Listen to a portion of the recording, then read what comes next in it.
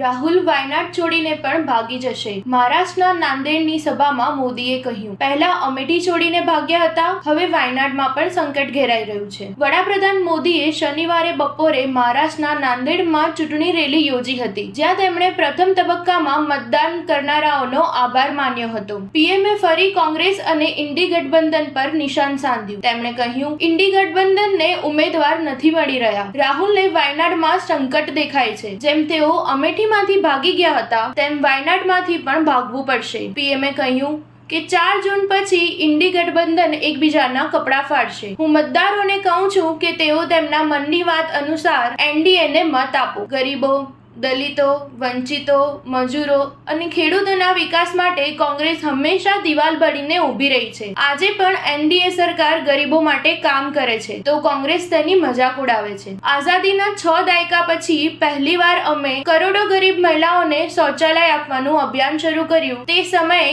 કોંગ્રેસ અને ઇન્ડી આઘાડીના લોકો તેમની મજાક ઉડાવતા હતા. 4 ન્યૂઝ 7 હંમેશા સચ્ચાઈની સાથે.